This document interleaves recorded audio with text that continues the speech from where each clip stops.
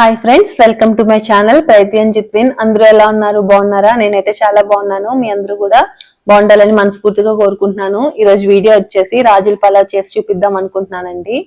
చేసి చూపించే ముందు నా ఛానల్ ఎవరైతే సబ్స్క్రైబ్ చేసుకోలేదో సబ్స్క్రైబ్ చేసుకోండి, లైక్ చేయండి, షేర్ చేయండి. ఇప్పుడైతే వీడియోలోకి వెళ్ళిపోదాం. కేజీ చికెన్ నేను కేజీ చికెన్ కి 3 ఆనియన్స్ తీసుకుంటున్నాను. అలాగే చిన్న అల్లం తీసుకుంటున్నాను, ఒక వెల్లుల్లిపాయ తీసుకుంటున్నాను. ఈ 3 ఇప్పుడు మనము గ్రైండ్ వేసేసుకోవాలండి.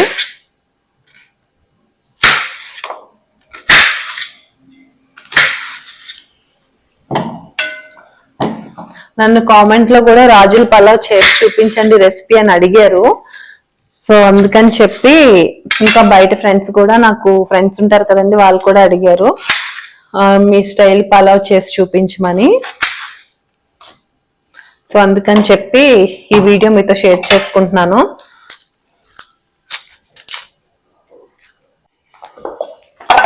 ఇప్పుడు ఇది గ్రైండ్ వేసేసుకుందామండి. చూసారు కదండి, ఈ రకంగా ఆనియన్ పేస్ట్ వేసేసుకున్నాను. ఏం అక్కర్లే, ఉల్లిపాయ, అల్లం, వెల్లుల్లిపాయ అంతేనండి. 3 ఉంటే సరిపోతుంది. ఇప్పుడు దీంతో మనం కర్రీ ప్రిపేర్ చేసుకోవాలి. ప్రాసెస్ లోకి వెళ్ళిపోదాము.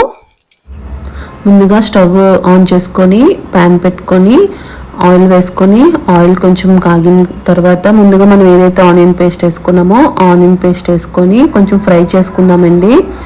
అలాగే ముందుగా తాలింపులు అలాంటివి ఏమి అవసరం లేదండి. ఓన్లీ మనం ఏదైతే ప్రిపేర్ చేసుకున్న ఆనియన్ పేస్ట్ వేసుకొని కొంచెం ఆయిల్లో బాగా ఫ్రై చేసుకుందామండి. అలాగే చిటికెడు పసుపు, అలాగే టేస్ట్కి తగ్గ సాల్ట్, అలాగే 2 స్పూన్స్ వరకు గరం మసాలా వేసుకోవాలండి. నేను ఇది హోమ్ మేడ్ అండి. ఇంకెప్పుడైనా వీడియోలో నేను మసాలా ఎలా ప్రిపేర్ చేసుకుంటానో మీతో షేర్ చేసుకుంటాను. అయితే మసాలా వేసుకున్న తర్వాత ఇంకొంచెం సేపు బాగా ఫ్రై చేసుకోవాలండి. బాగా ఫ్రై చేసుకున్న తర్వాత మనము ముందుగా కడిగి పెట్టుకున్న చికెన్ కూడా వేసుకొని ఈ ఆనియన్ పేస్ట్లో బాగా ఫ్రై చేసుకోవాలండి. కాసేపు ఫ్రై చేసుకున్న తర్వాత మనం ఎంత ఫ్రై చేసుకుంటే అంత టేస్ట్ బాగుంటుందండి. కొంచెం ఫ్రై అయిన తర్వాత మనం ఇప్పుడు కారం వేసుకుందామండి. కారం ఒక 2 నుంచి 3 స్పూన్స్ వరకు నేనైతే వేసుకుంటున్నాను. మీకు కారం చూసుకొని మీరు కూడా వేసుకోవచ్చు. మనం కొంచెం స్పైసీగా తినాలంటే ఇంకొంచెం కారం ఎక్కువ వేసుకుంటామండి. ఇలా కారం వేసుకొని ఒకసారి కలుపుకున్న తర్వాత మనం మూత పెట్టుకుందామండి. మూత పెట్టుకుని ఇంకో పక్క స్టవ్ ఆన్ చేసుకొని అలాగే ప్యాన్ పెట్టుకొని ఆయిల్ వేసుకొని, ఆయిల్ బాగా హీట్ అయిన తర్వాత మనం తాలింపులకి జీలకర్ర బదులు మనం సహజీరా వేసుకుంటామండి. సహజీరా వేసుకోవడం వల్ల పలావ్ టేస్ట్ చాలా బాగుంటుంది. అలాగే 4 పచ్చిమిరపకాయలు సన్నంగా అంటే మజ్జికి కట్ చేసుకున్న పచ్చిమిరపకాయలు ఒక 4, అలాగే 5 వరకు ఎండుమిరపకాయలు, అలాగే కొంచెం కరివేపాకు వేసుకున్నానండి. ఇలా తాలింపులు బాగా వేగిన తర్వాత ఒక ఫుల్ ఆనియన్స్ ఒక పైన తొక్క తీసి ఉల్లిపాయ పాలంగా వేసేసుకోవాలండి. ఆనియన్ ఫ్లేవర్ చాలా బాగుంటుంది పలావ్లోకి. తర్వాత 1 స్పూన్ వరకు అల్లం వెల్లుల్లి పేస్ట్ వేసుకోవాలండి. ఒకసారి అల్లం వెల్లుల్లి పేస్ట్ బాగా వేగిన తర్వాత ముందుగా కడిగి పెట్టుకొని ఆరబెట్టుకున్న రైస్ వేసుకోవాలండి. అంటే చిట్టి ముత్యాలు వేసుకుంటే చాలా బాగుంటుంది. లేదంటే మనం సన్నబియ్యం, లలిత కానీ బెల్ కానీ ఇలాంటివి ఉంటాయి కదండి సన్నబియ్యం, ఆ బియ్యం వేసుకున్నా బాగుంటుంది. నేను చిట్టి ముత్యాలు ఇంట్లో లేవు కాబట్టి అయిపోయాయని చెప్పి నేను ఇంకా మామూలు ఇంట్లో ఉన్న బియ్యమే వాడేసుకుంటున్నానండి. అయితే ఇప్పుడు మూత తీసి చికెన్ కర్రీ ఎంతవరకు వచ్చిందో చూద్దామండి. చూసారు కదండి, మనం వాటర్ అయితే వేసుకోలేదు, డైరెక్ట్గా ఆవిరితోనే ఉడికిపోయింది. చాలా దగ్గరగా వచ్చింది. మనకి ముక్క మొత్తం ఉడికిపోయే వరకు కాకుండా సగం ఉడికితే సరిపోతుందండి. మిగతాదేమో మనకి పలావ్తో పాటు ఉడుకుతుంది. అలాగే ఇంకో పక్క నేను కెంట్లో హాట్ వాటర్ పెట్టుకున్నానండి. ఇగో బియ్యం కూడా బాగా వేగిపోయి, బియ్యం బాగా ఎక్కువ వేగించుకోవాలండి. ఎంత వేగితే అంత టేస్ట్ బాగుంటుంది. అలానే మాడిపోయే వరకు కాకుండా కొంచెం గోల్డెన్ కలర్లో వేగించుకోవాలండి. ఇప్పుడు ఈ కర్రీ తీసి మనం ఫ్రై చేసుకున్న బియ్యంలో మనం వేసుకుందాము.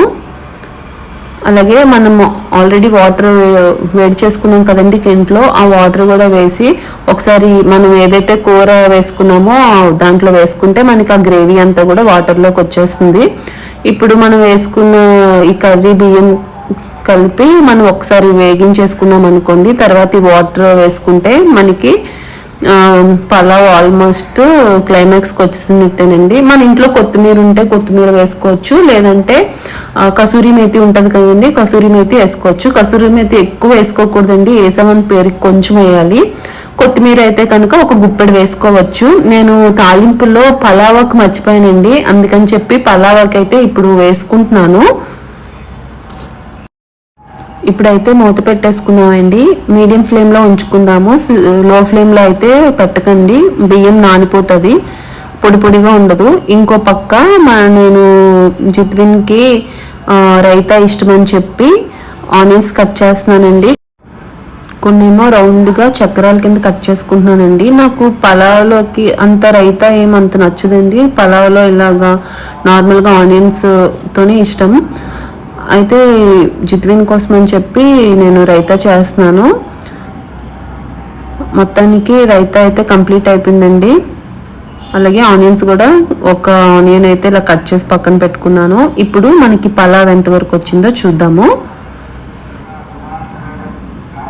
చూసారు కదండి, పలావ్ అయితే అప్పుడే కంప్లీట్ అయిపోలేదండి. మనం ఇప్పటి వరకు మీడియం ఫ్లేమ్లో పెట్టుకున్నాం కదా, మనకి ఇలా బియ్యం మెతుకుని ఎక్కితే పలుకు కింద ఉంటుంది. ఇప్పుడు కంప్లీట్గా లో ఫ్లేమ్లో పెట్టుకొని ఒక 5 నిమిషాల పాటు స్లిమ్లో పెట్టుకొని మనము మూత పెట్టి ఉడికించుకోవాలండి. కొంచెం ఆవిరికి బాగా మెతుకంతా పోయి మనకి రైస్ మెత్తగా ఉడుకుతుందండి, కొంచెం పొడి పొడిగా బాగా వస్తుంది. చూసారు కదండి, ఇప్పుడైతే కంప్లీట్ అయిపోయినట్టేనండి. టేస్ట్ అయితే చాలా బాగుంటుంది, మీరు కూడా ట్రై చేయండి. మనకిప్పుడు సర్వింగ్ బౌల్లో సర్వ్ చేసుకుందాము.